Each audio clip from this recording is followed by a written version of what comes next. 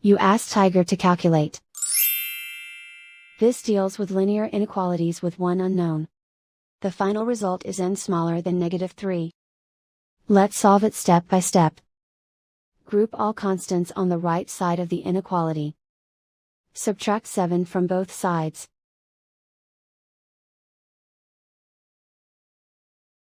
Simplify the arithmetic.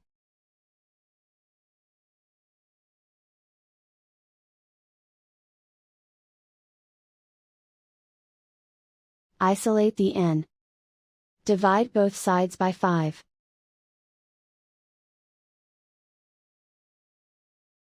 Simplify the fraction.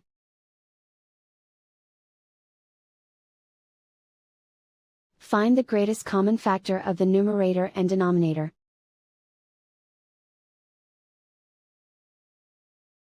Factor out and cancel the greatest common factor.